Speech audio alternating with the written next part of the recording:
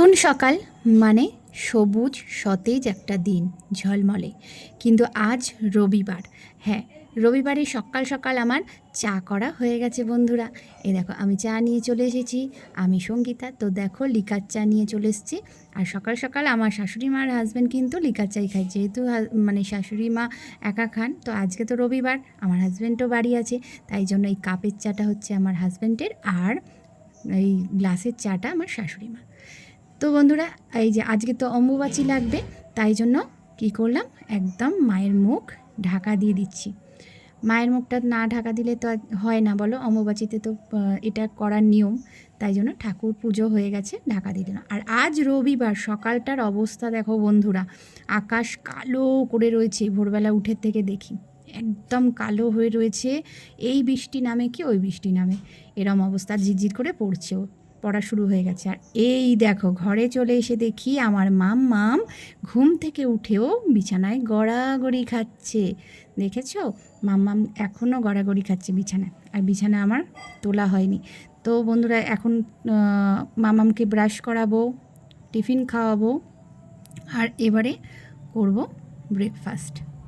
তো দেখতে থাকো, এই যে আমার হাজব্যান্ড চা খাচ্ছে দাঁড়িয়ে, আর এবার যাবে বাজারে। তো আজকে একটু আমার শাশুড়িমার শরীর মানে খারাপ আছে, একটু চোখের ডাক্তার দেখাতে যাবে।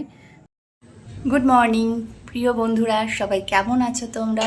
নিশ্চয়ই ভালো আছো, সুস্থ আছো, আমিও খুব ভালো আছি। তো চলো, আজকে হচ্ছে রবিবার। রবিবারের এখন বাজে সকাল 8টা বাজে। এখন এই 8টা থেকে আমার ব্লগটা আমি শুরু করলাম। আর এখন সকালের অবস্থা তো দেখালামই, আকাশের পরিস্থিতি ভীষণ কালো করেছে, খুব খুব কালো করেছে।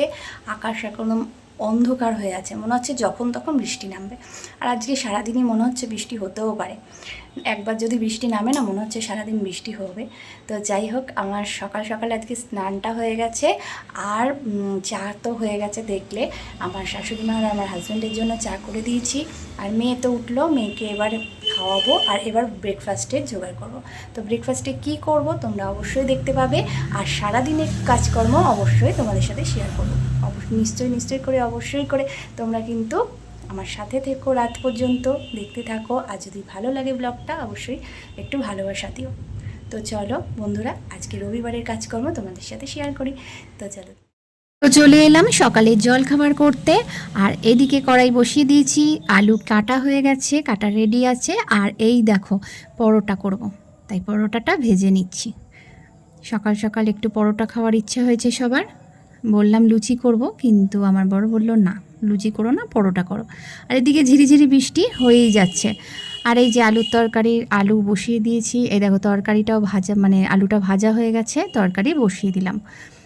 আর এই যে আমার ননদ, এটা আমার মেজো ননদ, আর আমার শাশুড়ি মা আর আমার হাজব্যান্ড যাচ্ছে শাশুড়ি মাকে ডক্টর দেখাতে, চোখের ডক্টর দেখাতে।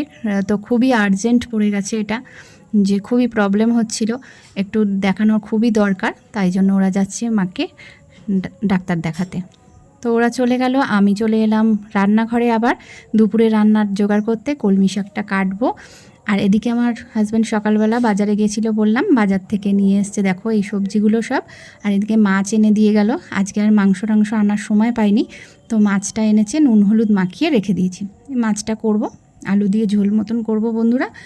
আর এদিকে করব কলমি শাক ভাজা, এই যে ভাত চাপিয়ে দিয়েছি। এবার তোমাদের দেখাই বন্ধুরা, মাছের ঝোল হয়ে গেছে, আলু দিয়ে একটু পাতলা করে মাছের ঝোলটা করেছি।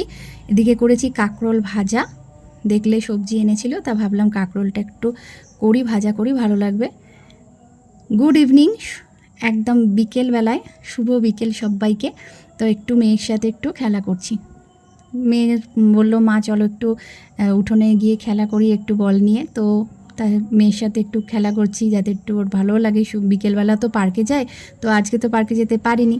তো আবার সন্ধে হয়ে গেছে, বাবা নিয়ে গেল ওকে।